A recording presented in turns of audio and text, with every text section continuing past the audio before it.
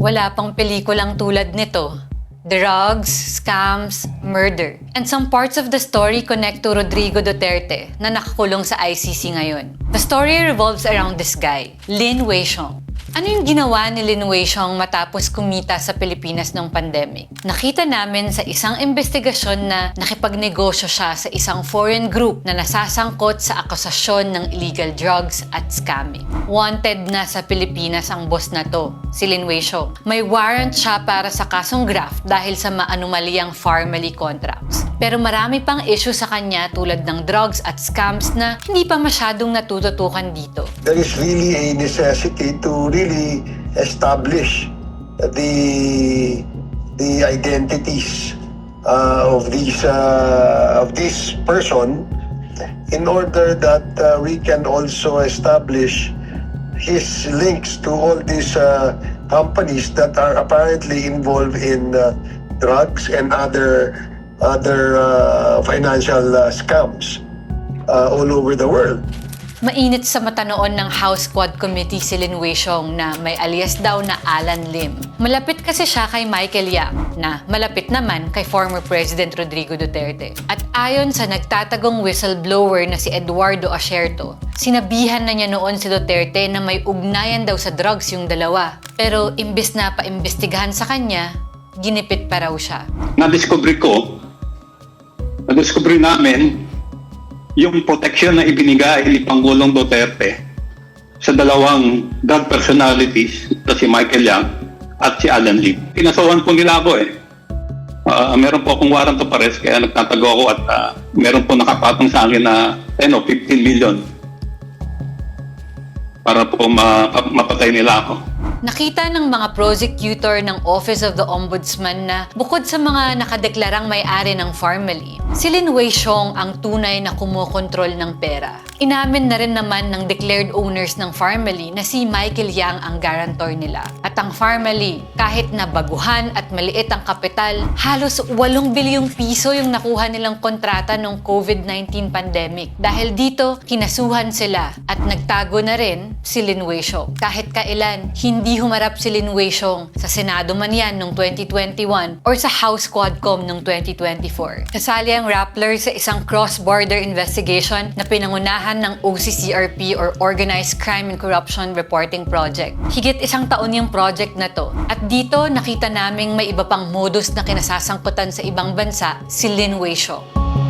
Ito si Su Mingchin, isang Taiwanese. 2014 pa simula nang magtago si Su Mingchin matapos niyang makonvict sa Taiwan dahil sa isang shabu lab. Noong 2016, nalaman ng mga pulis sa Taiwan na si Su Mingchin ang nag-finance ng smuggling ng shabu mula Taiwan papuntang Japan. Galing sa malaking sindikato na Samgor ang shabu na to. Ayon yan sa dalawang law enforcement agency at sa pag-iimbestiga na rin ng United Nations Office on Drugs and Crime. Noong October 2018, biglang nakakuha si Su Mingchin ng Philippine passport. Sudong Enriquez ang pangalan niya ron. Nakita ko na ang Philippine passport na to at kumpirmadong iisang tao sila, ni Su Mingchin. Hindi malinaw kung paano siya nakakuha ng Philippine passport. Pero nakita namin sa travel records niya na nagpabalik-balik siya sa Pilipinas mula 2018 hanggang 2024. Ang kumpirmado, ginamit niya ang Philippine passport niya para maging naturalized Cambodian. Dito na niya ginamit ang pangalang Thomas Su. Sa Cambodia na mayagpag si Thomas Su, naging mukha siya ng isang malaking kumpanya, ang Lixin Group, isang malaking property developer sa Cambodia. Ayon sa multiple sources sa UNODC, binansagan na nila ang Lixin na major Mekong-based criminal enterprise. Noong 2024, hinatulan sa China ang ilang Chinese nationals ng isang kumpanyang nagngangalang Lixin dahil sa pag-traffic ng mga workers papuntang Sihanoukville para magpatakbo ng call center scam. Ang declared owner ngayon ng Lixin ay si Su Mingchao, kapatid ni Su Mingchin. Sabi ng abogado ni Su Ming Chow, wala raw kinalaman ang Lixin sa scam charges sa China. At wala rin daw kinalaman si Su Ming Chow sa mga pinaggagawa ni Su Ming Chin, kahit pa nakita naman sa mga event at promo material na naging boss din ng Lixin si Su Ming Chin. Dito napapasok si Lin Weishong. Noong March 2023, noong parang walang galaw ang kaso ng Farmally sa Ombudsman at hindi pa nagsisimula ang Quadcom, nakisosyo si Lin Weishong kay Su Ming Chow para magpatakbo ng isang business center sa Batumi, Georgia. Ang sabi sa akin ng mga abogado ni Lin Weishong, nag-divest naman na siya doon. Pagkatapos ay padala sa amin itong statement na to noong August 2025, lumabas pa rin sa September 2025 corporate filing na shareholder pa rin si Lin Weishong. Nakumpirma kong binabantayan na noon ng Presidential Anti-Organized Crime Commission ang ugnayan ni Lin Weishong at ng Lixin at Su Brothers. Lalo pa at may lumabas ding ugnayan ang Lixin at WM Casino.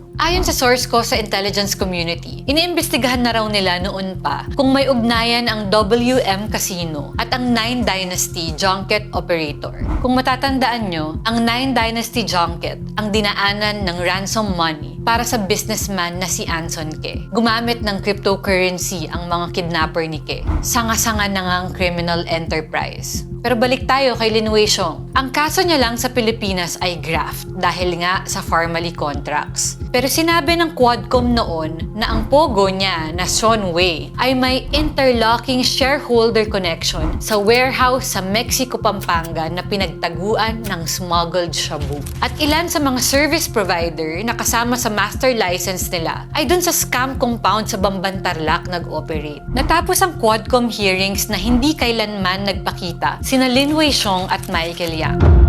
Ang rekomendasyon ng Quadcom, laliman pa yung investigasyon sa dalawa. Lalo na, nabanggit din silang dalawa sa isang lumang kaso ng Shabu Lab sa Dumoy, Davao City noong 2004. Ayon sa affidavit ng self-confessed Davao Death Squad hitman na si Arturo Las Cañas, si Yang daw ang may-ari ng Shabu Lab at pinasunog daw ni Duterte noon ang lab at pinapatay ang mga inarestong Chinese na trabahador.